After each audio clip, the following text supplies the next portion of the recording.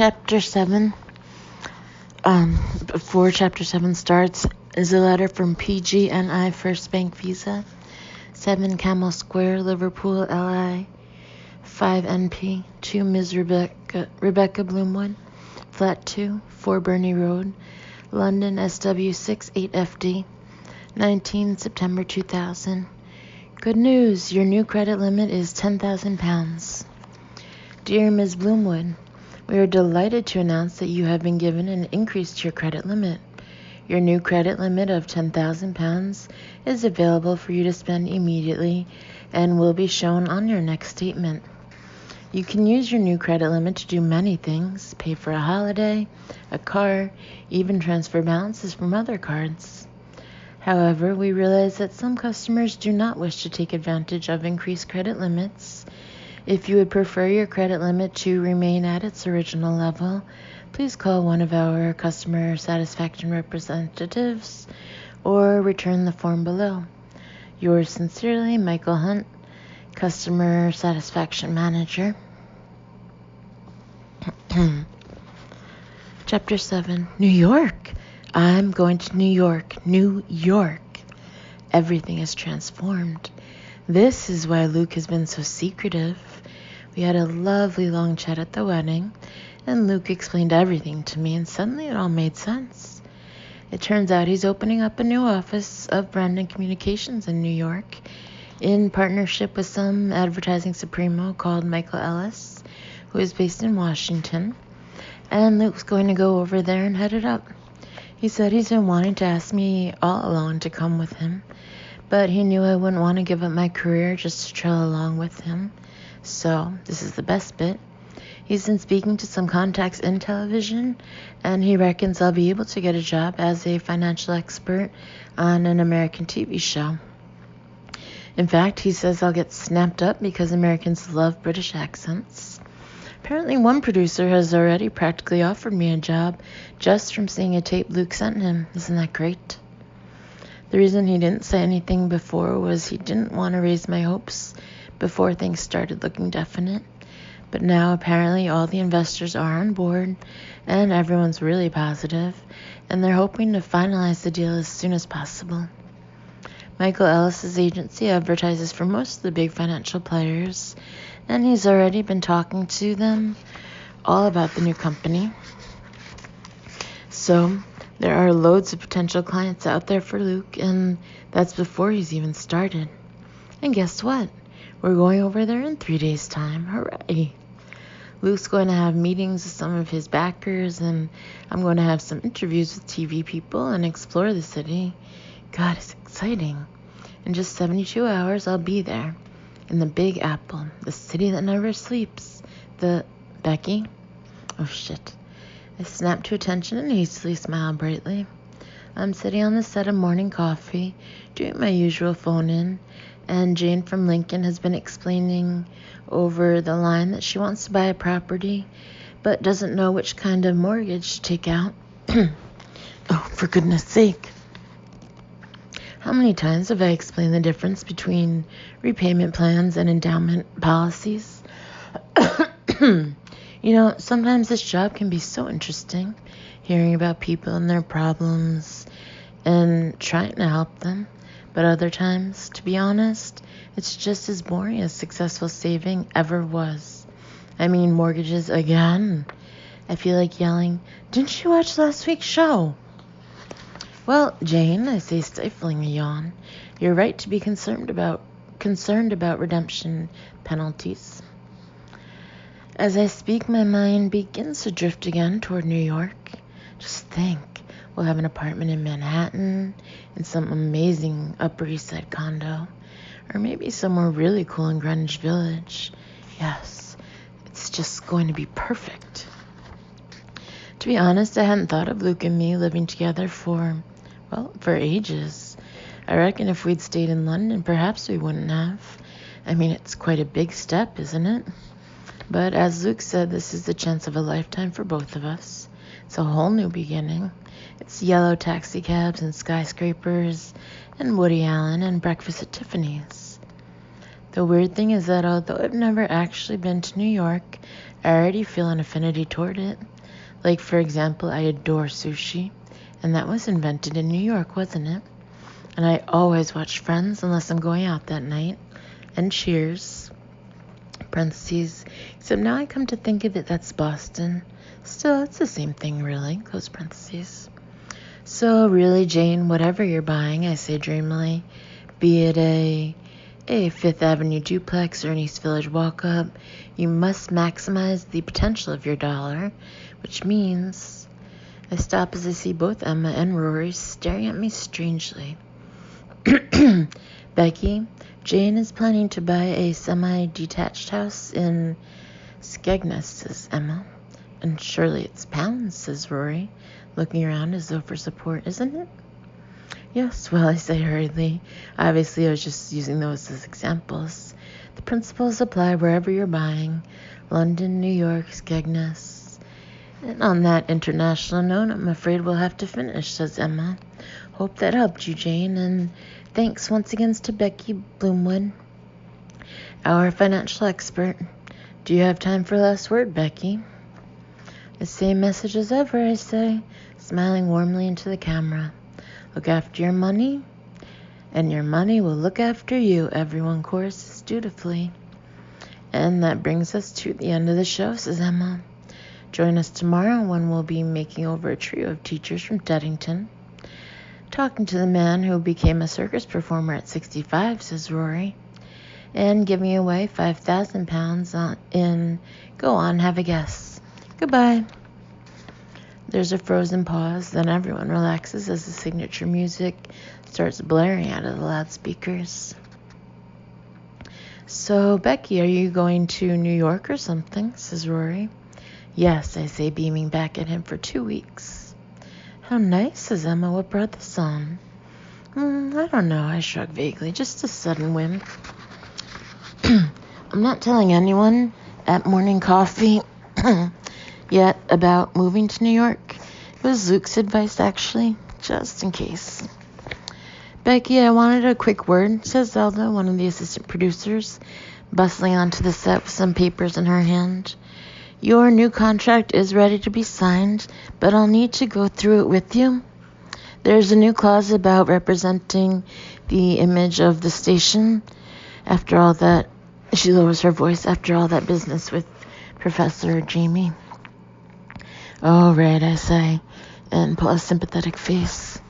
Professor Jamie is the education expert on morning coffee, or at least he was until the Daily World ran an expose on him last month in their series, Are They What They Seem?, revealing that he isn't a real professor at all. In fact, he hasn't even got a degree except the fake one he bought from the University of Oxbridge. All the tabloids picked up the story and kept showing photographs of him in the dunce's hat he wore for last year's telethon. I felt really sorry for him, actually, because he used to give good advice. And I was a bit surprised at the Daily World being so vicious. I've actually written for the Daily World myself once or twice, and I'd always thought they were quite reasonable for a tabloid. It won't take 5 minutes, says Zelda. We could go into my office. Well, I say and hesitate, because I don't really want to sign anything at the moment, not if I'm planning to switch jobs. I'm in a bit of a hurry, actually, which is true because I've got to get to Luke's office by 12, and then start getting my stuff ready for New York. Parentheses, ha, close parentheses. Can it wait till I come back? Okay, says Zelda, no problem. She puts the contract back in its brown envelope and grins at me. Have a great time. Hey, you must do some shopping while you're there. Shopping, I say, as though it hadn't occurred to me. Yes, I suppose I could. Ooh, yes, says Emma. You can't go to New York without shopping. Although I suppose Becky would tell us we should put our money into a savings plan instead.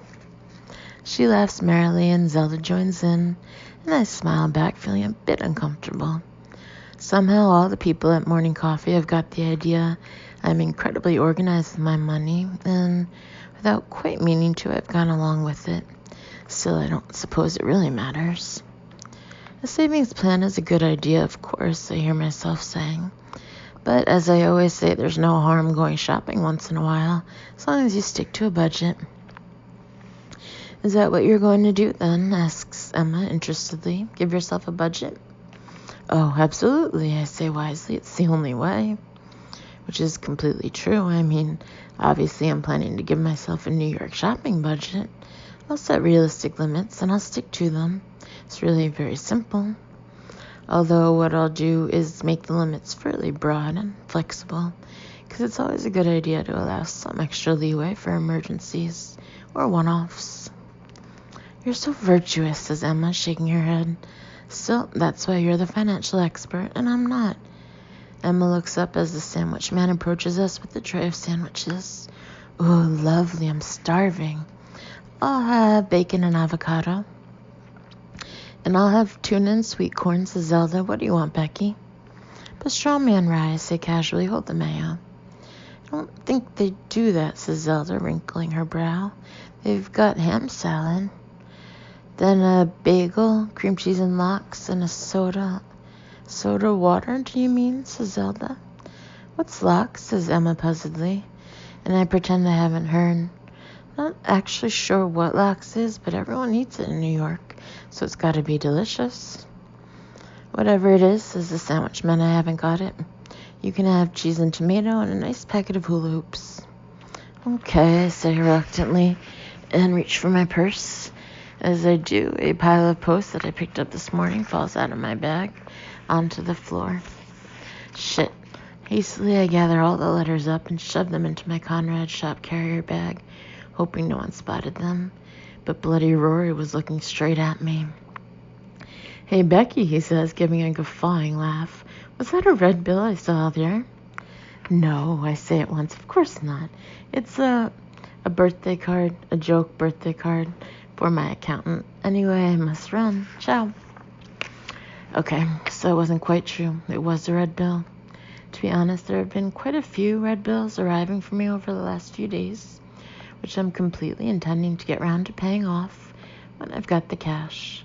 But I mean, I've got more important things happening in my life than a few crappy final demands. In a few months' time, I'm going to be living on the other side of the Atlantic. I'm going to be an American television star.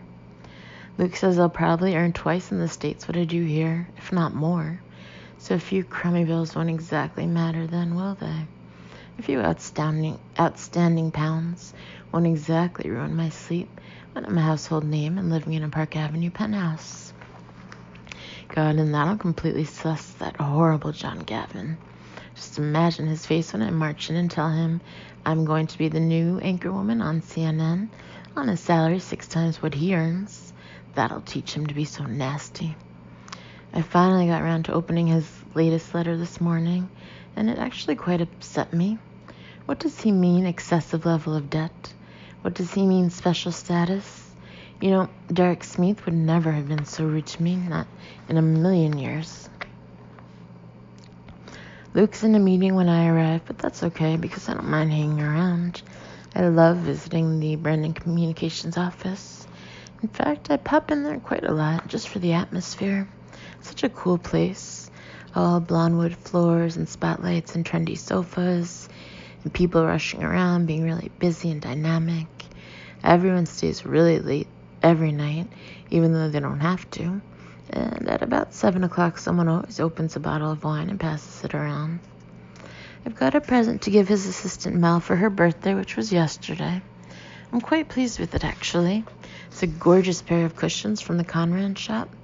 And as I hand over the carrier bag, I actually hear her gasp, "Oh, Becky, you shouldn't have." I wanted to, I beam, and perch companionably on her desk as she admires them. So, what's the latest? Ooh, you can't beat a good gossip. Mel puts down the carrier bag and gets out a box of toffees. And we have a lovely old natter. I hear all about her terrible date with an awful guy her mother's been trying to set her up with. And she hears all about Tom's wedding. And then she lowers her voice and starts filling me in on all the office gossip. She tells me about the 2 receptionists who haven't been speaking ever since they came to work in the same neck jacket, and both refuse to take it off. and the girl in accounts who has just come back from maternity leave and is throwing up every morning but won't admit anything. And here's a really juicy one, she says, handing me the box of toffees. I reckon Alicia's having an affair in the office. No, I stare at her in amazement. Really? With who? With Ben Bridges. I screw up my face trying to place the name. That new guy who used to be at Copeland Foster Bright? Him? I stare at Mel. Really?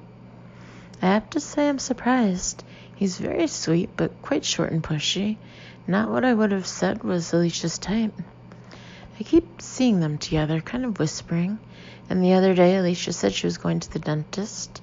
But I went into Ratchet's, and there they were having a secret lunch. She breaks off as Luke appears at the door of his office, ushering out a man in a purple shirt. Mel, order a taxi for Mr. Mallory, would you please? Of course, Luke, says Mel, switching into her efficient secretary voice. She picks up the phone and we grin at each other. Then I walk into Luke's office. His office is so smart, I always forget how grand he is. He's got a sweeping maple desk that was designed by some award-winning Danish designer, and on the shelves in the alcove behind it are all his shiny PR awards. Here you are, he says, handing me a sheaf of papers. The top one is a letter from someone called Haskin Forlano, U.S. immigration lawyers. And as I see the words, your proposed relocation to the United States, I feel a tingle of excitement which reaches right to my fingertips.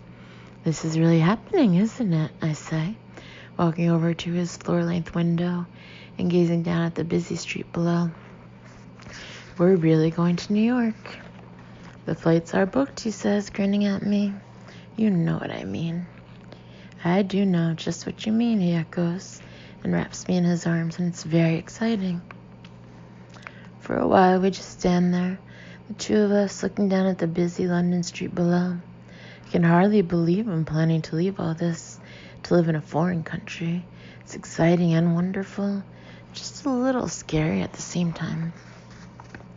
Do you really think I'll get a job out there, I say, as I have every time I've seen him in the past week. Do you honestly think I will? Of course you will. He sounds so assured and confident.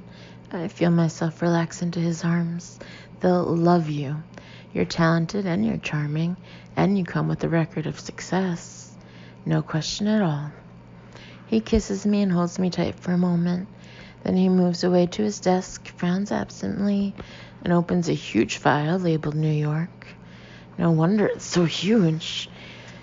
He told me the other day that he's been working toward a New York deal for 3 years. 3 years. I can't believe you've been planning this for so long and never told me, I say, watching him scribble something on a Post-it. Says Luke. I clench the papers in my hands slightly harder and take a deep breath. There's something I've been wanting to say for a while, and now is as good a moment as any. Luke, what would you have done if I hadn't wanted to go to New York? There's silence apart from the hum of the computer. I knew you'd want to go, says Luke at last. It's the next obvious step for you. But what if I hadn't? I bite my lip. Would you still have gone? Luke sighs. Becky, you do want to go to New York, don't you? Yes, you know I do. So, what's the point in asking what-if questions? The point is you want to go. I want to go. It's all perfect. He smiles at me and puts down his pen. How are your parents doing? They're okay, I say hesitantly. They're kind of getting used to the idea. Which is sort of true. They were fairly shocked when I told them, I have to admit. In hindsight, perhaps I should have introduced Luke to them before making the announcement, because how it happened was I hurried into the house where they were still sitting in their wedding gear, drinking tea in front of Countdown, and I switched off the telly and said joyfully, Mom, Dad, I'm moving to New York with Luke. Whereupon Mom just looked at Dad and said, oh, Graham, she's gone. She said afterwards she didn't mean it like that, but I'm not so sure. Then they actually met Luke, and he told them about his plans and explained about all the opportunities in American TV for me, and I could see Mom's smile fading.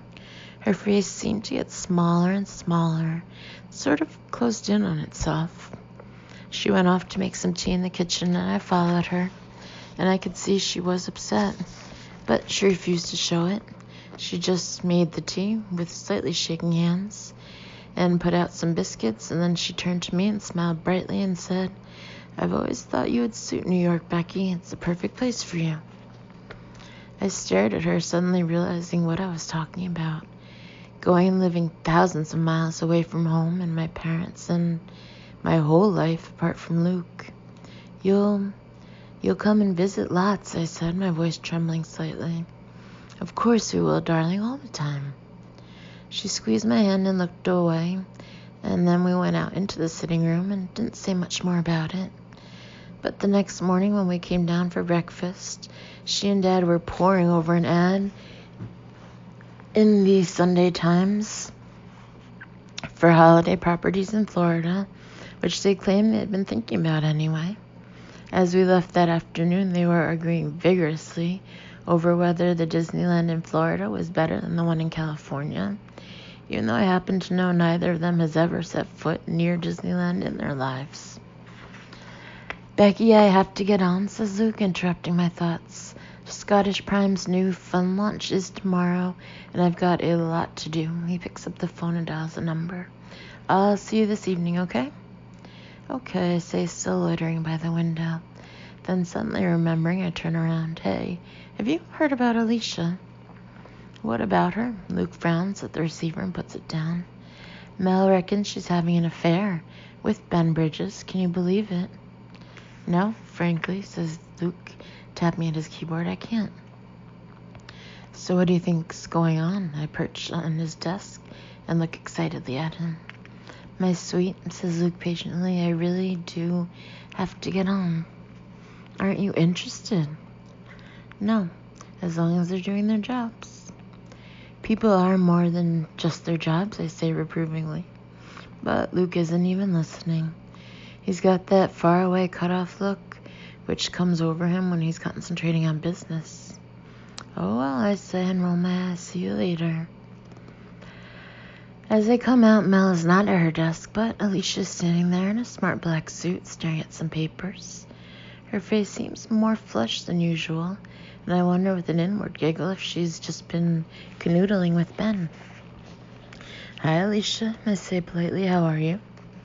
Alicia jumps, and she quickly gathers up whatever it is she's reading, then looks at me with a strange expression as though horns have sprouted from my head.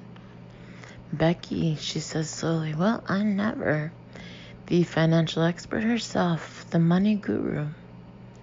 What is it about Alicia? Why does everything she says sound like she's playing some stupid game? "Yes," I say, "it's me. Where's Mel gone?" As I approach Mel's desk, I feel sure I left something on it, but I can't quite think what. Did I have an umbrella? "She's gone to lunch," says Alicia. "She showed me the present you bought her. Very stylish." "Thanks," I say shortly. "So," she gives a faint smile, "I gather you're tagging along with Luke to New York. Must be nice to have a rich boyfriend." God, she's a cow. She'd never say that in front of Luke. "I'm not tagging along, actually," I retort pleasantly. "I've got lots of meetings with television executives. It's a completely independent trip." "But," Alicia frowns thoughtfully, "your flight's on the company, is it?" "No, I paid for it myself." "Just wondering." Alicia lifts her hands apologetically. "Well, have a great time, won't you?" She gathers up some folders and pops them into her briefcase and snaps it shut. "I must run. Ciao." "See you later," I say, and watch as she walks briskly off to the lifts. I stand there by Mel's desk for a few seconds longer, still wondering what on earth it was that I put down. Oh, I don't suppose it can be important. I get home to find Susan in the hall, talking on the phone. Her face is all red and shiny, and her voice is trembling, and at once I'm seized by the terror that something awful has happened. Fearfully, I raise my eyebrows at her, and she nods frantically back in between saying yes and I see, and when would that be? I sink onto a chair feeling weak with worry. What's she talking about? A funeral? A brain operation? As soon as I decide to go away, this happens. Guess what's happened? She says shakily as she puts down the phone and I leap up. Suze, I won't go to New York, I say, and impulsively take her hands. I'll stay here and help you get through whatever it is. Has someone died?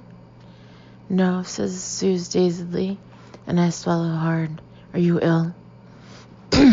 No, Bex, this is good news. I just don't quite believe it. Well, what then? Suze, what is it? I've been offered my own line of home accessories in Hadley's, the department store. She shakes her head disbelievingly. They want me to design a whole line. Frames, vases, stationery, whatever I want. Oh my God. I clap a hand over my mouth. That's fantastic.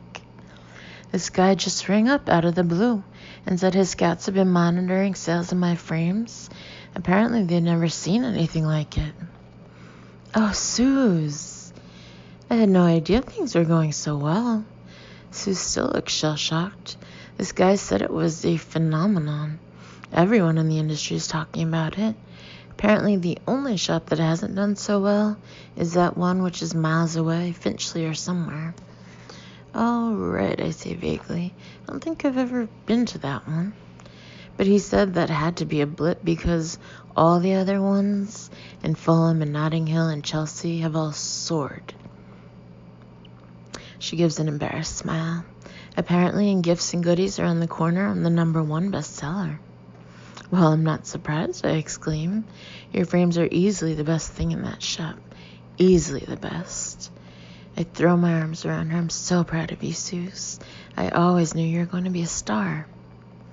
Well, I never would have done if it weren't for you.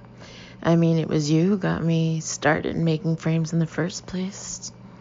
Suddenly, Suze looks almost tearful. Oh, Bex, I'm really going to miss you.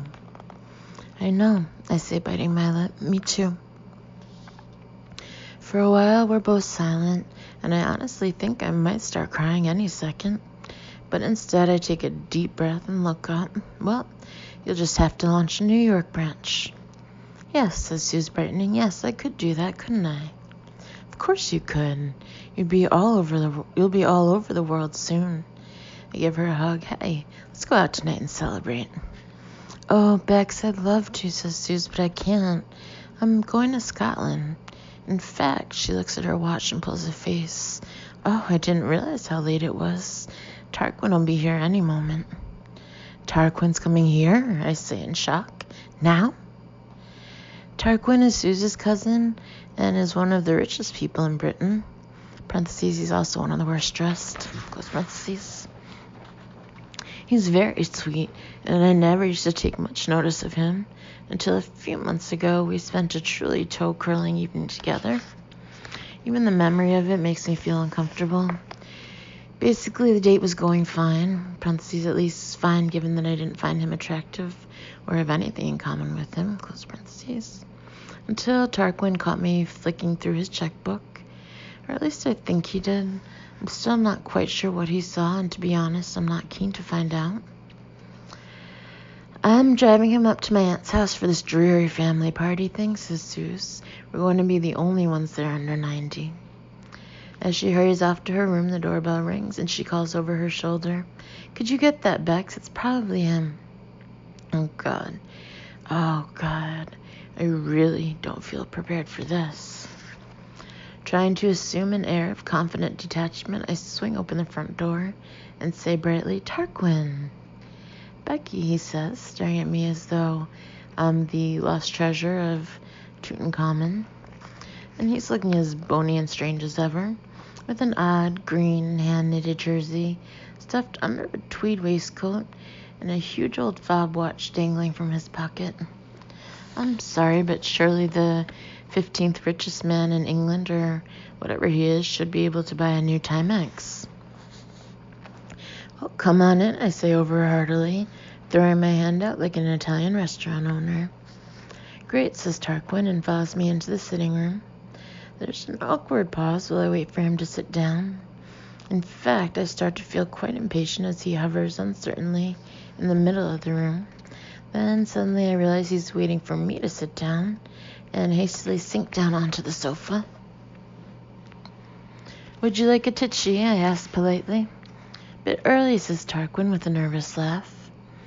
Parentheses, tichy is Tarquin speak for drink, by the way, and trousers are tregs, and you get the picture, close parentheses.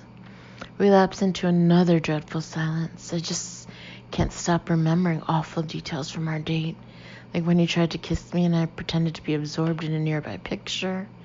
Oh God, forget. I heard you were moving to New York, Tarquin says suddenly, staring at the floor. Is that true? Yes, I say, unable to stop myself smiling. Yes, that's the plan. I went to New York once myself, Tarquin says. Didn't really get on with it. No, I say consideringly, no. I can believe that. It's a bit different from Scotland, isn't it? Much more frantic. Absolutely, he exclaims, as if I said something very insightful. That was just it, too frantic. And the people are absolutely extraordinary. Quite mad, in my opinion. Compared to what? I want to retort. At least they don't call water hoe and sing Wagner in public. But that wouldn't be kind. So I say nothing and he says nothing. And when the door opens, we both look up gratefully. Hi, says Suze, appearing at the door. Turkey, you're here. Listen, I've just got to get the car because I had to park a few streets away the other night. I'll beep when I get back and we can whiz off, okay? Okay, says Tarquin, nodding. I'll just wait here with Becky. Lovely, I say, trying to smile brightly. Suze disappears. I shift awkwardly in my seat, and Tarquin stretches his feet out and stares at them. Oh, this is excruciating. The very sight of him is niggling at me more and more, and suddenly I realize I have to say something now. Otherwise, I'll disappear off to New York and the chance will be lost. Tarquin, I say, and exhale sharply. There's something I really want to say to you. I've been wanting to say it for a while, actually. Yes, he says, his head jerking up. What is it? He meets my eyes anxiously, and I feel a slight pang of nerves. But now I've started, I've got to carry on. I've got to tell him the truth. I push my hair back and take a deep breath. That jumper, I say, it really doesn't go with that waistcoat. Oh, says Tarquin, looking taken aback. Really? Yes, I say, feeling a huge relief at having got it off my chest. In fact, it's frightful. Should I take it off? Yes, in fact, take the waistcoat off too. Obediently, he peels off the jumper and the waistcoat. It's amazing how much better he looks when he's just in a plain blue shirt. Almost normal. Then I have a sudden inspiration. Wait here. I hurry to my room and seize one of the carrier bags sitting on my chair. There's a jumper inside which I bought a few days ago for Luke's birthday, but I've discovered he's already got exactly the same one, so I was planning to take it back. Here, I say, arriving back in the sitting room. Put this on, it's Paul Smith. Tarquin slips the plain black jumper over his head and pulls it down, and what a difference. He's actually starting to look quite distinguished. Your hair, I say, staring critically at him. We need to do something with that. 10 minutes later, I've wetted it, blow-dried it, and smoothed it back with a bit of mousse, and I can't tell you, it's a transformation. Tarquin, you look wonderful, I say, and I really mean it. He's still got that thin, bony look, but suddenly he doesn't look geeky anymore. He looks kind of interesting. Really, says Tarquin, staring down at himself. He looks a little shell-shocked, but the point is, he'll thank me in the long run. A car horn sounds from outside, and we both jump. Well, have a good time, I say, suddenly feeling like his mother. Tomorrow morning, just wet your hair again and push your fingers through it, and it should look okay. right, says Tarquin, looking as though I've just given him a long mathematical formula to memorize. I'll try to remember. And the jersey, shall I return it by post? Don't return it, I say in horror. It's yours to keep and wear, a gift. Thank you, says Tarquin. I'm very grateful, Becky. He comes forward and pecks me on the cheek, and I pat him awkwardly on the hand. And as he disappears out of the door, I find myself hoping that he'll get lucky at this party and find someone. He really does deserve it. As I hear Susie's car drive away, I wander into the kitchen and make a cup of tea, wondering what to do for the rest of the afternoon. I was half planning to do some more work on my self-help book, but my other alternative is to watch Manhattan, which Suze taped last night. It would be really useful research for my trip because, after all, I need to be well prepared. I can always work on the book when I get back from New York. Exactly. I'm just happily putting the video into the machine when the phone rings. Oh, hello, says the girl's voice. Sorry to disturb you. Is that Becky Bloomwood by any chance? Yes, I say, reaching for the remote control. This is Sally, says the girl. I'm the new secretary at Morning Coffee. We met the other day. Oh, yes? I wrinkle my brow, trying to remember. We just wanted to check on which hotel you're staying at in New York, in case we need to contact you urgently. I'll be at the Four Seasons. Four Seasons, says Sally carefully. Excellent. Do you think they might want me to do a report from New York or something? I ask excitedly. That would be so cool. A special report from New York. Maybe, says Sally. And that's the Mr. Luke Brandon? That's right. For how many nights? 13, 14, I'm not sure. I'm squinting at the telly, wondering if I've gone too far back. Surely they don't show that Walker's crisp sad anymore. Are you staying in a room or a suite? I think it's a suite. I could find out. No, don't worry, says Sally pleasantly. Well, I won't trouble you anymore. Enjoy your trip. Thanks, I say just as I find the start of the film. I'm sure we will. The phone goes dead and I walk over to the sofa, frowning slightly. Why did Sally need to know whether I was in a suite? Unless maybe she was just curious. But then I forget all about it as Gershwin's Rhapsody in Blue suddenly crashes through the air, and the screen is filled with pictures of Manhattan. I stare at the television, utterly gripped. This is where we're going. In 3 days' time, we'll be there. I just cannot wait. And the chapter ends with a letter from Little Ridings, 34 Copse Road, Eastbourne, Sussex, dated 21 September 2000. Dear Rebecca, thank you for your letter and good wishes. I am thoroughly enjoying my retirement, thank you. I'm sorry to hear that you are having such difficulties dealing with John Gavin. May I assure you that he is not a heartless android programmed to make your life miserable. If you ever were cast out on the street with nothing but a pair of shoes, I'm sure he would be concerned rather than, quote, laugh evilly and walk away, unquote. If you persevere with your good intentions, I'm certain your relationship with him will improve. You have every ability to keep your accounts in check, as long as your resolve remains steady. I look forward to hearing how you get along. With very best wishes, Derek Smith. Then Chapter 8 starts with a letter from Regal Airlines, dated 23 September 2000, Dear Rebecca Bloomwood. Thank you for your letter of 18 September, and I was sorry to hear that our luggage policy has been giving you anxiety attacks and frown lines. I accept that you may well weigh considerably less than, as you put it, a fat businessman from Antwerp stuffing his face full of donuts.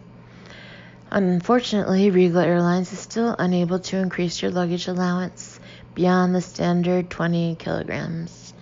You are welcome to start a petition and to write to Sherry Blair. However, our policy will remain the same. Please enjoy your flight. Mary Stevens, Customer Care Manager. Chapter 8. I was made to live in America. We've only been here one night, but already I'm completely in love with the place. For a start, our hotel is fantastic. All limestone and marble and amazing high ceilings. We're staying in an enormous suite overlooking Central Park with a paneled dressing room and the most incredible bath that fills up in about 5 seconds. Everything is so grand and luxurious and kind of more. Like last night after we arrived, Luke suggested a quick nightcap downstairs. And honestly, the martini they brought me was the hugest drink I've ever seen. In fact, I nearly couldn't finish it. Parentheses, but I managed it in the end. And then I had another one just because it would have been churlish to refuse. Close parentheses. Plus, everyone is so nice all the time. The hotel staff smile whenever they see you. And when you say thank you, they reply, "You're welcome," which they would never do in Britain. Just kind of grunt. To my amazement, I've already been sent a lovely bouquet of flowers and an invitation to lunch from Luke's mother, Eleanor, and another bouquet from the TV people I'm meeting on Wednesday, and a basket of fruit from someone I've never heard of, but who is apparently desperate to meet me. I mean, when did Zelda from Morning Coffee last send me a basket of fruit? I take a sip of coffee and smile blissfully at Luke. We're sitting in the restaurant finishing breakfast before he whizzes off for a meeting, and I'm just deciding what to do with my time. I haven't got any interviews for a couple of days, so it's completely up to me whether I take in a few museums or stroll in Central Park or pop into a shop or two. "Would you like a refill?" comes a voice at my ear, and I look up to see a smiling waiter offering me a coffee pot. You see what I mean? They've been offering us endless coffee since we sat down, and when I asked for an orange juice, they brought me a huge glass, all garnished with frosted orange peel. And as for those scrummy pancakes I've just polished off, I mean pancakes for breakfast. It's pure genius, isn't it? "So I guess you'll be going to the gym," says Luke, as he folds up his copy of the Daily Telegraph. He reads all the papers every day, American and British, which is quite good because it means I can still read my daily world horoscope. "The gym?" I say puzzledly. "I thought that was going to be your routine," he says, reaching for the FT. "A workout every morning." And I'm about to say, "Don't be ridiculous," when it occurs to me that I might have rashly announced something along those lines last night, after that second martini. So that's okay, I can go to the gym. In fact, it would be good to go to the gym. And then I could always take in a few sights, I suppose. Maybe look at a few famous buildings. You know, I'm sure I read somewhere that Bloomingdale's is quite an admired piece of architecture. And then what will you do? I don't know, I say vaguely, watching as the waiter puts a plate of French toast down on the table next to ours. God, that looks delicious. Why don't we have stuff like this in Europe? Go and explore New York, I guess. I was asking at reception, and there's a guided walking tour, which leaves from the hotel at 11. The concierge highly recommended it. "Oh, right," I say, taking a sip of coffee. "Well, I suppose I could do that. Unless you wanted to get shopping out of the way," Luke adds, reaching for the Times, and I stare at him slightly incredulously. "You don't get shopping out of the way. You get other things out of the way." Which, in fact, makes me think, maybe I should do this tour, and then I've got sightseeing ticked off. The guided tour sounds good, I say. In fact, it'll be a great way to get to know my new home city. The Statue of Liberty, Central Park. "Don't go to Central Park," puts in Luke. "Why not? Is it dangerous?" "It can be, but that's not why." Luke looks up with that serious, affectionate expression of his. "The truth is, I'd love to introduce it to you myself. It's one of my favorite places in the world." Okay, I smile at him, feeling touched. I won't go to Central Park. As he shakes open the Times, I look at him more carefully. His jaw is set, and he doesn't quite have his usual confident demeanor. In fact, he looks nervous, I realize in surprise. Feeling all right? I say encouragingly. All set for your meeting? Who's it with, anyway? Mason Forbes Stockbrokers, says Luke. One of the companies I'm very much hoping to sign up as a client. Excellent. Well, I'm sure it'll go brilliantly. I hope so. He's silent for a moment. It's all been talks up to now. Talks and plans and promises. But now I need to start getting a few results, a few signatures on the line. You'll get your signatures. Confidently, I pick up the Daily World. Just listen to your horoscope. A day for doing deals and winning hearts. If you have faith in yourself, others will too. You are beginning a streak of success. I look up. You see, it's in your stars. Let me see that, says Luke, and plucks the paper from my hand before I can stop him. Damn. You do slightly have to read between the lines, I add quickly. I see, he says, gazing down at the horoscope page with a smile. Yes, that would explain it. So do you want to hear yours? I've already... Spend today exploring new surroundings, says Luke, as though reading. Remember to hold your bag tightly to you, and that over here it's called a purse. Have a nice day, but don't feel don't feel obliged to tell complete strangers to have one. He smiles at me and I laugh. As he puts away the paper, I take a sip of coffee and glance around the dining room at all the smart businessmen and groomwomen sitting on luxurious striped chairs. Piano music is tinkling discreetly, and I feel like I'm at the hub of some cosmopolitan civilized world. At a nearby table, a woman in black is talking about the First Lady's wardrobe, and I listen eagerly until she gives me a look. The First Lady. It sounds so much more impressive than Prime Minister's wife. God, just think, Luke, I say dreamily. In a few weeks' time, this will be our home city. We'll be real New Yorkers.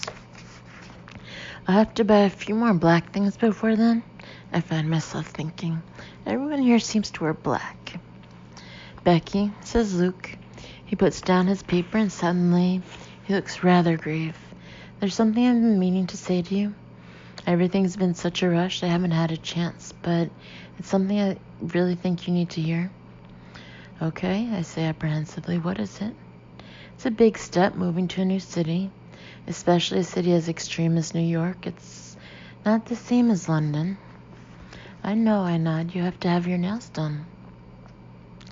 Luke gives a puzzled frown before carrying on. I've been here many times, and even I find it overwhelming at times. The sheer pressure and pace of life here is, frankly, on another level from London. Right, so what are you saying?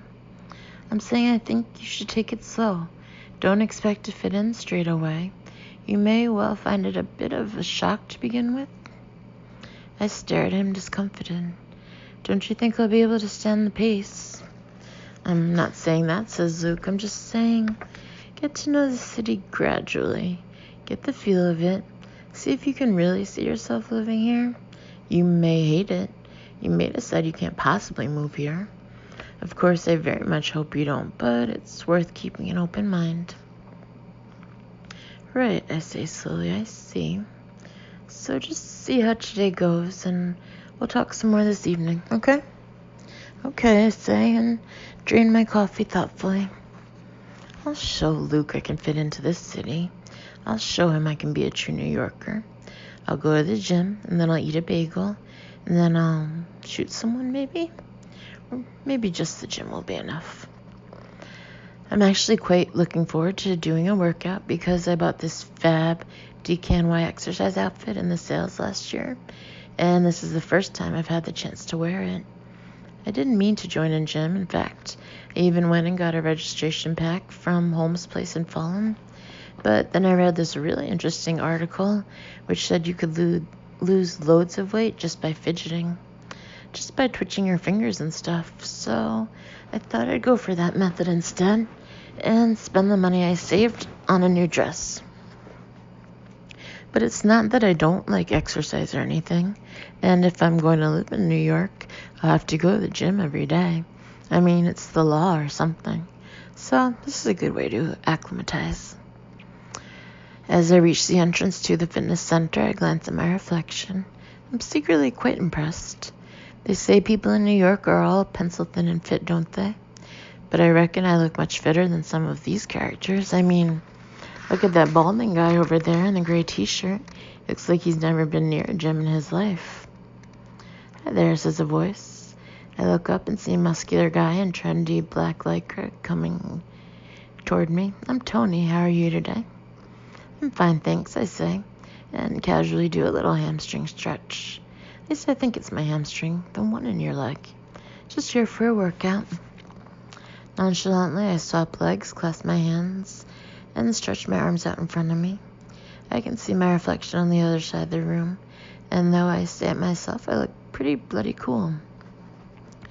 Do you exercise regularly? Asks Tony. Not in the gym, I say, reaching down to touch my toes, then changing my mind halfway down and resting my hands on my knees. But I walk a lot. Great, says Tony, on a treadmill or cross country? Around the shops mostly. Okay, he says doubtfully, but I'm often holding quite heavy things. I explain, carrier bags and stuff. Right, says Tony, not looking that convinced. Well, would you like me to show you how the machines work? It's alright, I say confidently. I'll be fine. Honestly, I can't be bothered listening to him explain every single machine and how many settings it has. I mean, I'm not a moron, am I? I take a towel from the pile, drape it around my neck, and head off toward a running machine, which should be fairly simple. I step up onto the treadmill and survey the buttons in front of me. A panel is flashing the word time, and after some thought, I enter 40 minutes, which sounds about right. I mean, that's how long you'd go on a walk for, isn't it? It flashes program, and after scrolling down the choices, I select Everest, which sounds much more interesting than hill walk. Then it flashes level. Level. I look around for some advice, but Tony is nowhere to be seen. The balding guy is getting onto the treadmill next to mine, and I lean over. Excuse me, I say politely. Which level do you think I should choose? That depends, said the guy. How fit are you? Well, I say, smiling modestly, I'm going for level 5 if it's any help, says the guy, briskly punching at his machine. Okay, I say, thanks. Well, if he's level 5, I must be at least level 7. I mean, frankly, look at him and look at me. I reach up to the machine and punch in 7, then press start. The treadmill starts moving and I start walking. And this is really pleasant. I really should go to the gym more often. Or, in fact, join a gym. But it just shows, even if you don't work out, you can still have a level of natural baseline fitness, because this is causing me absolutely no problems at all. In fact, it's far too easy. I should have chosen level. Hang on. The machine's tilting upward, and it's speeding up. I'm running to catch up with it, which is okay. I mean, this is the point, isn't it? Having a nice healthy jog, running along, panting a little, but that just means my heart is working, which is perfect. Just as long as it doesn't get any... It's tilting again, and it's getting faster and faster. I can't do this. My face is red, my chest is hurting. I'm panting frenziedly and clutching the sides of the machine. I can't run this fast. I have to slow down a bit. Feverishly, I jab at the panel, but the treadmill keeps whirring around and suddenly cranks up even higher. Oh no, please no. Time left 30.00 flashes brightly on a panel in front of me. 38 more minutes. I glance to my right, and the balding guy is sprinting easily along as though he's running through a field of daisies. I want to ask him for help, but I can't open my mouth. I can't do anything except keep my legs moving as best I can. But all of a sudden he glances in my direction and his expression changes. Miss, are you all right? He hastily punches at his machine, which grinds to a halt, then leaps down and jabs at mine. The treadmill slows down, then comes to a rather abrupt standstill, and I collapse against one of the sidebars, gasping for breath. Have some water, says the man, handing me a cup. Thanks, I say, and stagger down off the treadmill, still gasping. My lungs feel as if they're about to burst, And when I glimpse my reflection opposite, my face is beet red. Maybe you should leave it for today, says the man, gazing at me anxiously. Yes, I say yes, maybe I will. I take a swig of water, trying to get my breath back. I think actually the trouble is I'm not used to American machines. Could be, says the man, nodding. They can be tricky. Of course, this one, he adds, slapping it cheerfully, was made in Germany. Right, I say after a pause. Yes, well, anyway, thanks for your help. Anytime, says the man, and he gets back onto his treadmill. And as he gets back onto his treadmill, I can see him smiling. Oh, God, that was really embarrassing. As I make my way, showered and changed to the floor of the hotel for the walking tour, I feel a little deflated. Maybe Luke's right. Maybe I won't cope with the pace of New York. Maybe it's a stupid idea. Am I moving here with him? I mean, if I can't keep up with the treadmill, how am I going to keep up with the whole city? A group of sightseers has already assembled, mostly much older than me and attired in a variety of sensible windbreakers and sneakers. They're all listening to a young, enthusiastic man who's saying something about the Statue of Liberty. Hi there, he says, breaking off as I approach. Are you here for the tour? Yes, please, I say.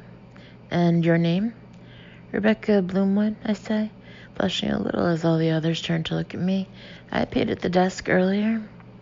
Well, hi, Rebecca, says the man, taking something off on his list. I'm Christoph. Welcome to our group. Got your walking shoes on? He looks down at my boots, bright purple kitten heel, last year's birdie style. And his cheery smile falters. You realize this is a 3-hour tour, all on foot? Absolutely, I say in surprise. That's why I put these boots on. Right, says Christoph after a pause. Well, okay. He looks around. I think that's it, so let's start our tour. He leads the way out of the hotel onto 57th Street. It's a wide and busy street with canopied entrances and trees planted at intervals and limousines pulling up in front of expensive-looking shops. As everyone else follows Christoph briskly along the pavement, I find myself walking slowly, staring upward. It's an amazingly clear, fresh day with almost blinding sunlight bouncing off the pavements and buildings.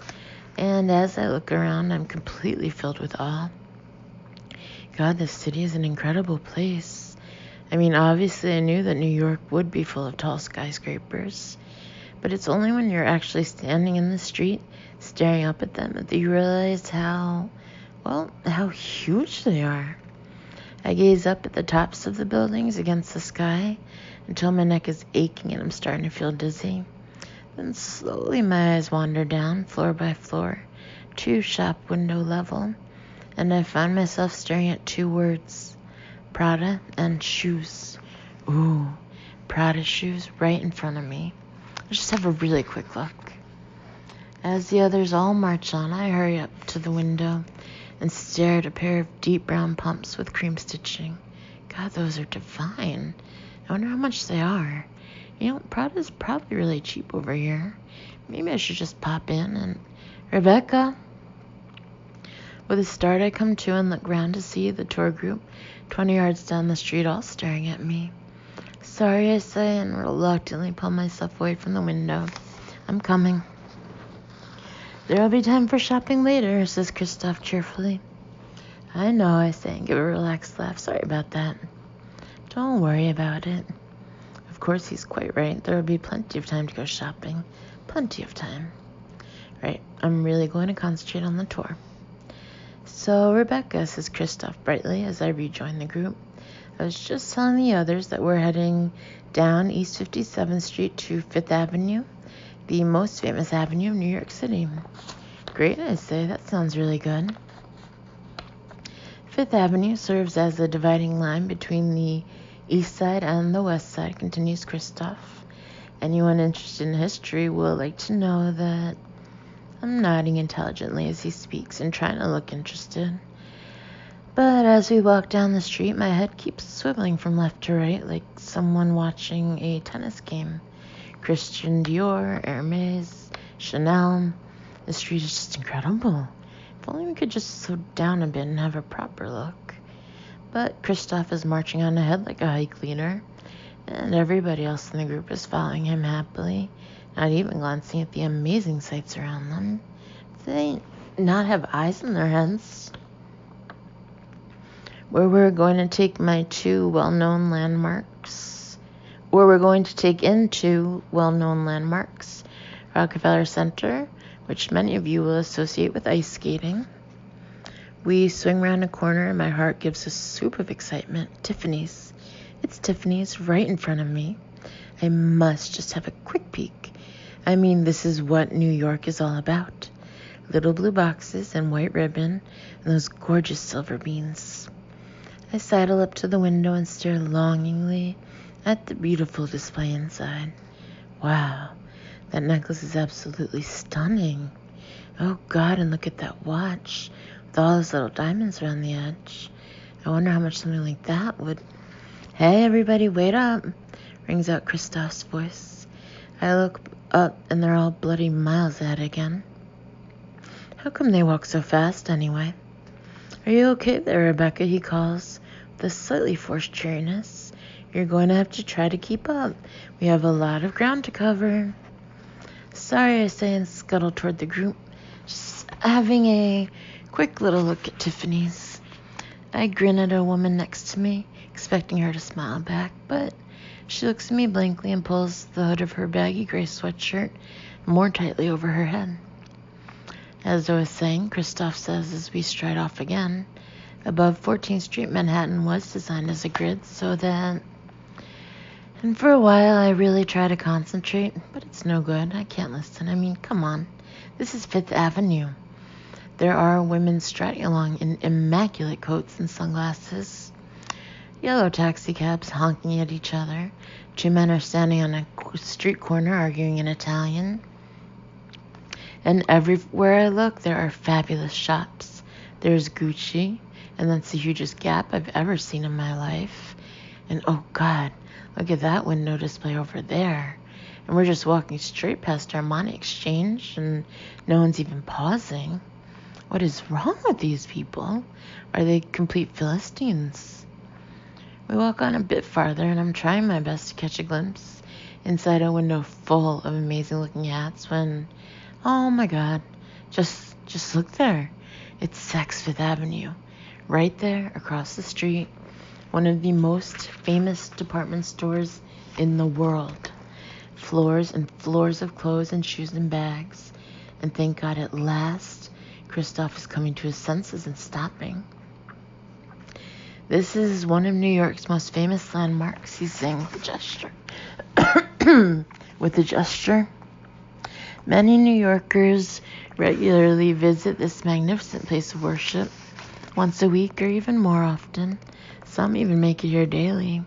We don't have time to do more than have a quick look inside, but those that are interested can always make a return trip. Is it very old? Asks the man with the Scandinavian accent. The building dates from 1879, says Christoph, and was designed by James Renwick. Come on, I think impatiently, as someone else asks a question about the architecture. Who cares who designed it? Who cares about the stonework? It's what's inside that matters. Shall we go in? Says Christoph at last. Absolutely, I say joyfully, and hurry across the street toward the entrance. It's only as my hand is actually on the door that I realize no one else is with me. Where have they all gone? Puzzled, I look back, and the rest of the group is processing into a big stone church, outside which there's a board reading St. Patrick's Cathedral. Oh, I see. When he said magnificent place of worship, he meant... Right, of course. I hesitate, hand on the door, feeling torn. I should go into the cathedral.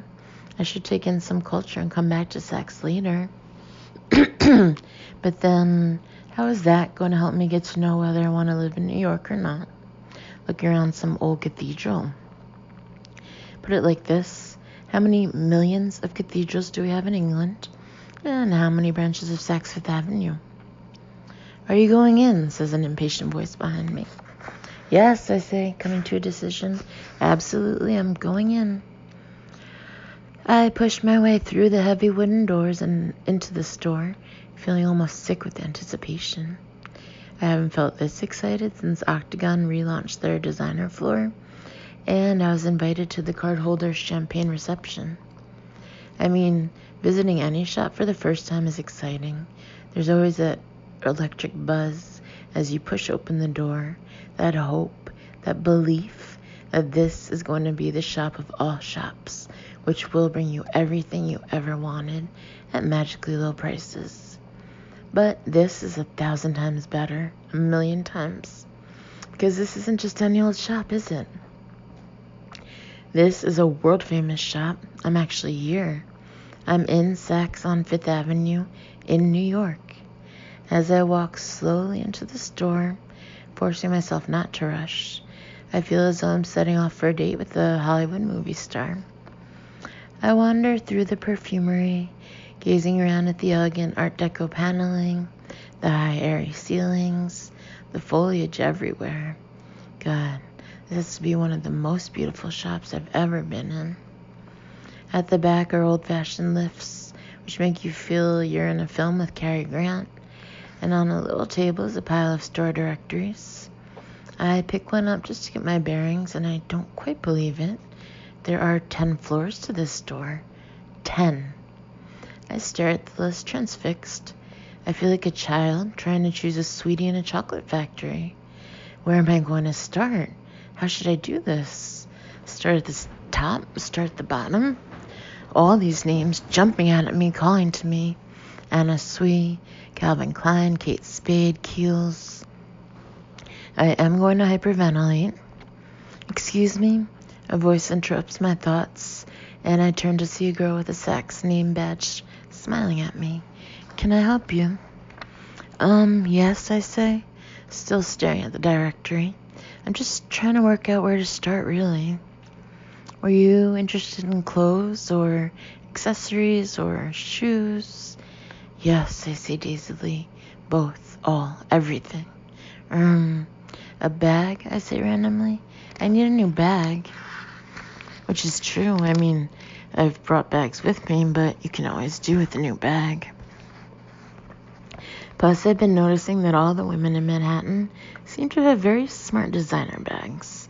So this is a very good way of acclimatizing myself to the city. The girl gives me a friendly smile. "Bags and accessories are through there," she says, pointing. "You might want to start there and work your way up." "Yes," I say, "that's what I'll do. Thanks." God, I adore shopping abroad. I mean, shopping anywhere is always great, but the advantages of doing it abroad are: 1, you can buy things you can't get in Britain. 2, you can name drop when you get back home. 3, foreign money doesn't count, so you can spend as much as you like. Okay, I know that last one isn't entirely true. Somewhere in my head I know that dollars are proper money with a real value. But I mean, look at them. I just can't take them seriously. I've got a whole watch of them in my purse, and I feel as though I'm carrying around the bank from a Monopoly set.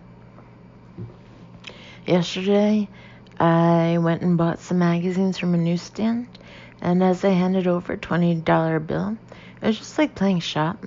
It's like some weird form of jet lag. You move into another currency and suddenly feel as though you're spending nothing.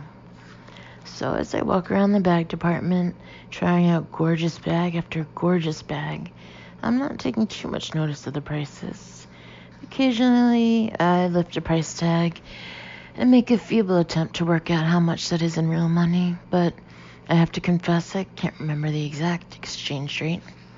But the point is, it doesn't matter, because this is America, and everyone knows that prices in America are really low. It's common knowledge. So basically, I'm working on the principle that everything is a bargain. I mean, look at all these gorgeous designer handbags. They're probably half what they cost in England, if not less. As I'm hovering over the DKNY display, an elderly woman wearing a gold-colored suit and carrying a Gucci tote comes up to me. "Which one matches?" she says. "This," she holds out a tan satin bag. "Or this," she holds out a paler one. "It's for evening," she adds. I look at her suit and at the bags again, and wonder how to tell her they don't match at all. The thing is, they're both a kind of brownish color, and your suit's more of a golden yellowish. "Not the suit," she exclaims, "the dog."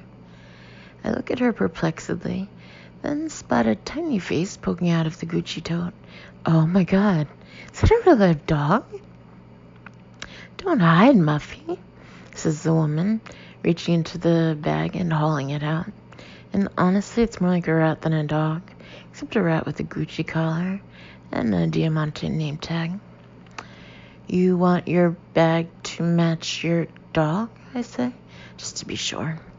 "If I can't find anything, I'll just have to have her hair tinted again."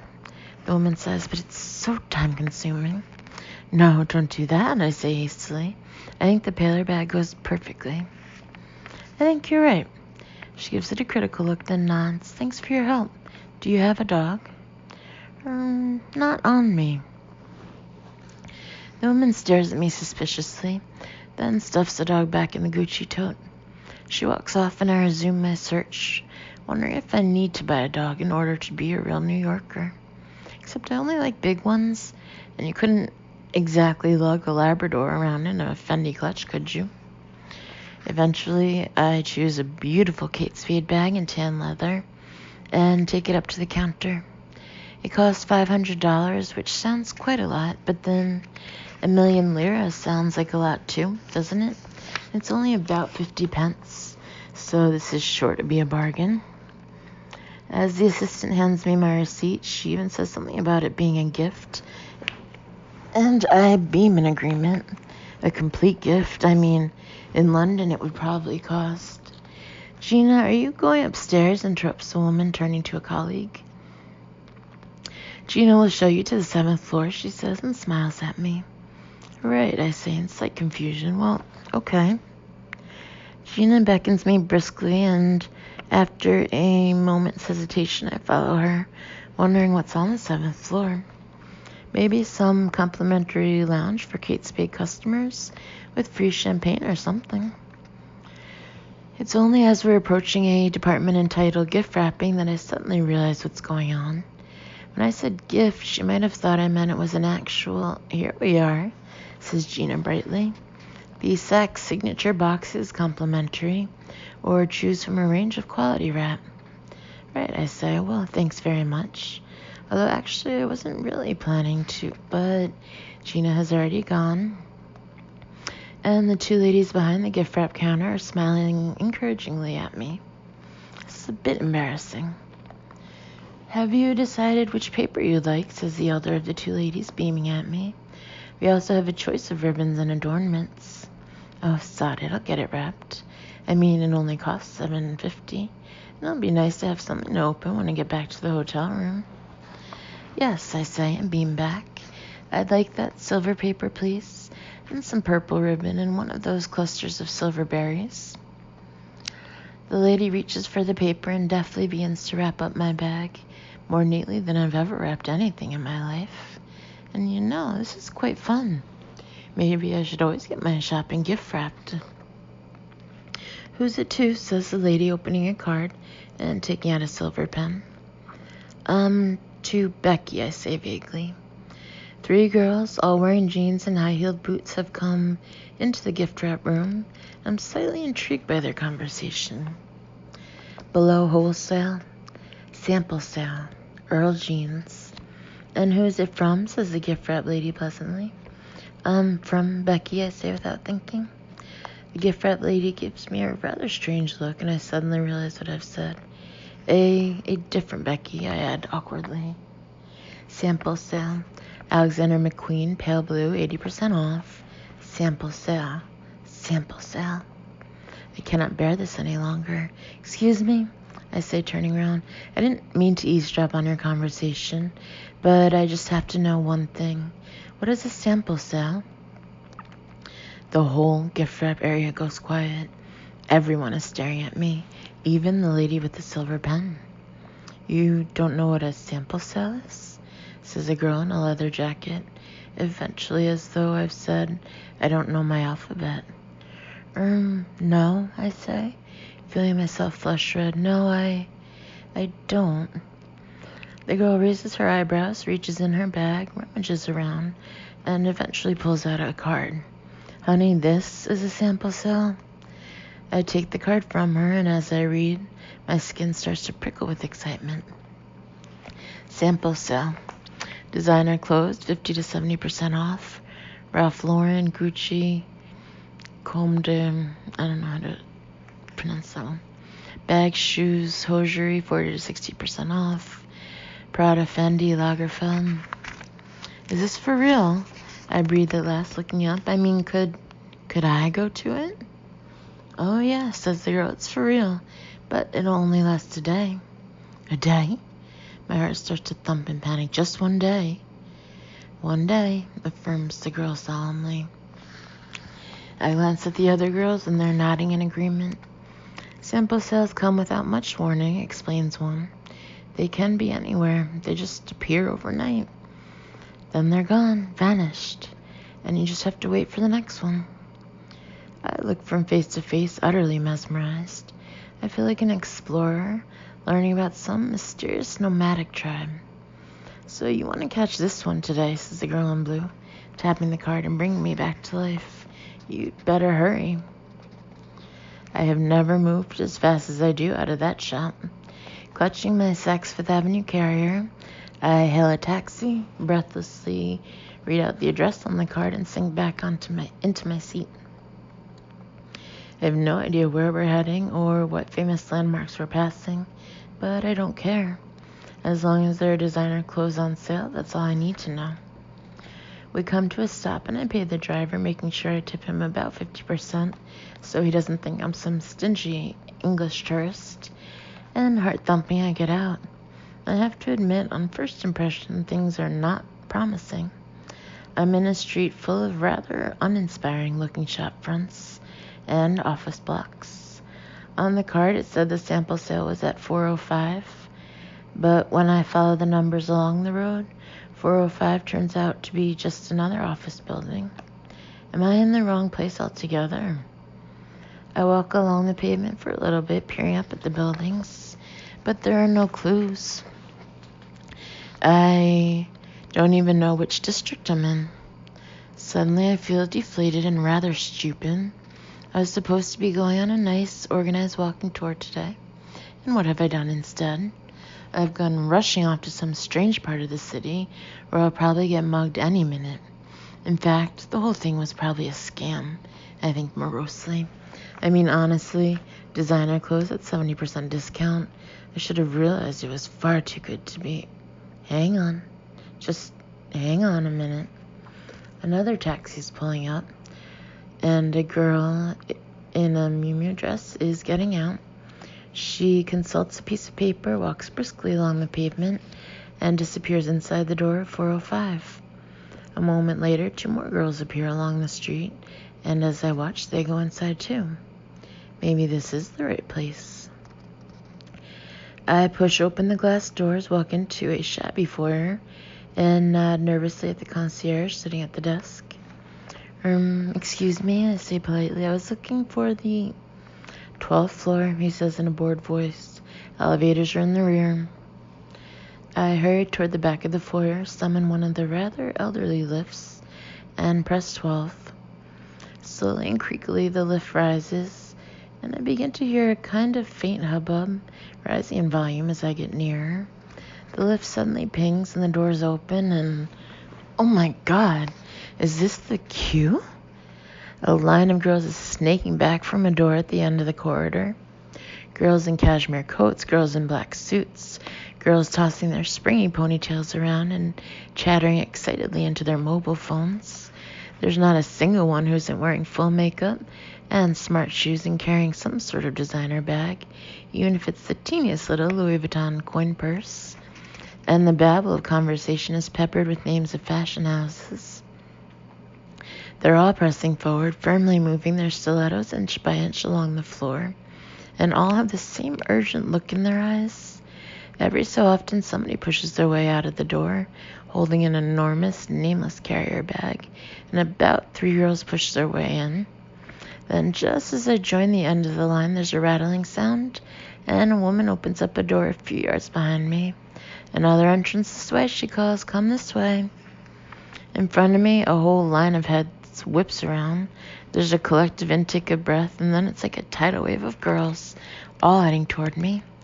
I find myself running toward the door, just to avoid being knocked down, and suddenly I'm in the middle of the room, slightly shaken, as everybody else peels off and heads for the racks. I look around, trying to get my bearings. There are racks and racks of clothes, tables covered in bags and shoes and scarves. I can already spot Ralph Lauren knitwear, a rack full of fabulous coats. There's a stack of Prada bags. I mean, this is like a dream come true. Everywhere I look, girls are feverishly sorting through garments, looking for labels, trying out bags. Their manicured nails are descending on the stuff like the claws of birds of prey, and I can't believe quite how fast they're working. As I see the girl who is standing in front of me in line, I feel a surge of panic. She's got a whole armful of stuff, and I haven't even started. If I don't get in there, everything will be gone. I have to grab something now. I fight my way through to one of the racks and start leafing through chiffon pleated dresses. $300 reduced to $70. I mean, even if you only wear it once. And oh God, here's some fantastic print trousers. Some label I've never heard of, but they're reduced by 90%. And a leather coat. And those Prada bags. I have to get one of the Prada bags. As I breathlessly reach for one, my hand collides with another girl's. "Hey," she says at once, and snatches the bag up. "I was there first." "Oh," I say, "sorry."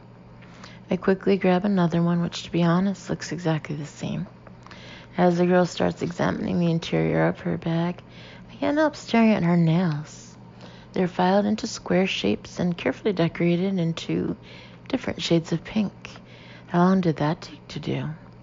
As she looks up, I see her hair is two-tone as well, brown with aubergine tips, while her mouth is carefully lined with purple and filled in with pale mauve.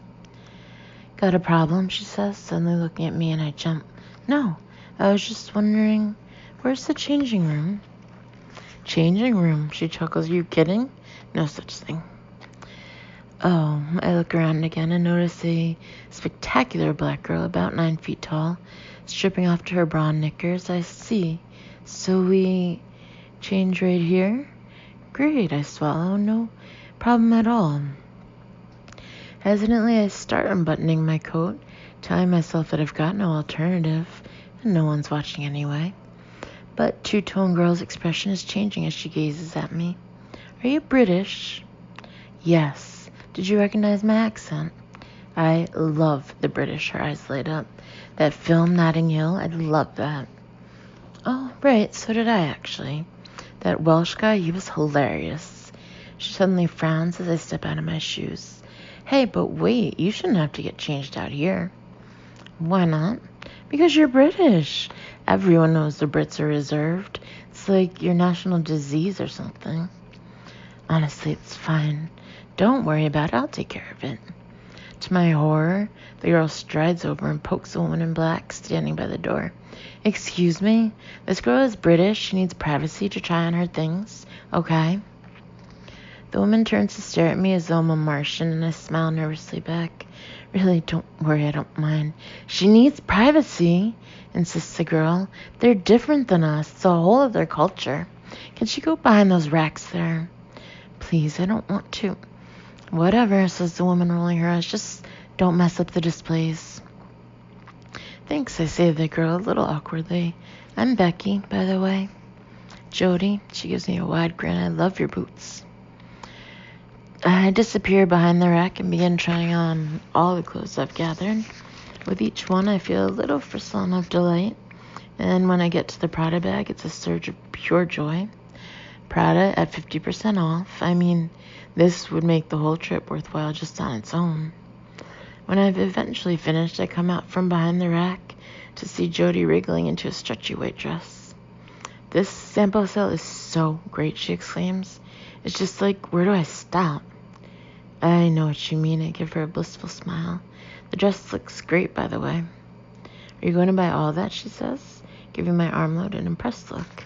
"Not all of it." I reach into the pile. "Not these trousers, but everything else." "Cool. Go, girl." As I happily head toward the paying table, the room is reverberating with high-pitched female voices, and I can hear snippets of conversation floating around. "I have to have it," a girl is saying, holding up a coat against herself. "I just have to have it." Okay, what I'm going to do is I'm just going to put the $450 I spent today onto my mortgage, another girl is saying to her friend as they walk out, laden with bags. I mean, what's $450 over 30 years? 100% cashmere, someone else is explaining. "Did you see this? It's only $50. I'm going to take 3. I dump my stuff on the table and look around the bright, buzzing room with the girls milling about, grabbing at merchandise, trying on scarves, piling their arms full of glossy, new, gorgeous things. And I feel a sudden warmth, an overwhelming realization. These are my people. I've found my homeland. Several hours later, I arrive back at the Four Seasons, still on a complete high. After the sample sale, I ended up going out for a welcome to New York coffee with Jody. We sat at a marble table sipping our decaf frappuccinos and nibbling at non-fat cranberry muffins, and both worked out exactly how much money we'd saved on our bargains. $1,230 in my case. We agreed to meet up again during my visit, and then Jody told me about this amazing website that sends you information on these kinds of events every day. Every day. I mean, the possibilities are limitless. You could spend your whole life going to sample sales. In theory. I go up to our room, and as I open the door, I see Luke sitting at the desk reading through some papers. "Hi," I say breathlessly, dumping my bags on the enormous bed. "Listen, I need to use the laptop." "Oh, right," says Luke. "Sure." He picks up the laptop from the desk and hands it to me, and I go and sit on the bed. I open the laptop, consult the piece of paper Jody gave me, and type in the address. "So how was your day?" asks Luke. "It was great," I say, tapping the keys impatiently. "I made a new friend. I saw lots of the city. Ooh, and look in that blue bag. I got you some really nice shirts." "Did you start to get a feel of the place?" "Oh, I think so. I mean, obviously it's early." I frown at the screen. "Come on already." "Oh, but you weren't too overwhelmed?" Not really," I say absently. Aha. Suddenly the screen is filling up with images. A row of little sweeties at the top and logos saying, "It's fun, it's fashion, in New York City." The Daily Candy homepage. I click on subscribe and briskly start to type in my email details as Luke gets up and comes toward me, a concerned look on his face. "So tell me, Becky," he says, "and I know it must all seem very strange and daunting to you. I know you couldn't possibly find your feet in just one day. But on first impressions, do you think you could get used to New York? Do you think you could ever see yourself living here?" I type the last letter with a flourish, press send, and look at him thoughtfully. "You know what? I think I probably could." And Chapter 8 ends with a letter from Howsky and Forlano, U.S. immigration lawyers, 568 East 56th Street, New York, New York, 10016, to Ms. Rebecca Bloomwood, Flat 2, 4 Burney Road, London, SW6, 8FD, United Kingdom. September 28, 2000. Dear Ms. Bloomwood, thank you for your completed U.S. immigration forms. As you know, the authorities will wish to evaluate the assets and unique talents which you can bring to this country. Under Section B69, referring to special abilities, you write, "I'm really good at chemistry. Ask anyone at Oxford." We did in fact contact the Vice-Chancellor of Oxford University, who failed to display any familiarity with your work, as did the British Olympic long jump coach. We enclose fresh forms and request that you fill them out again. With kind regards, Edgar Forlano.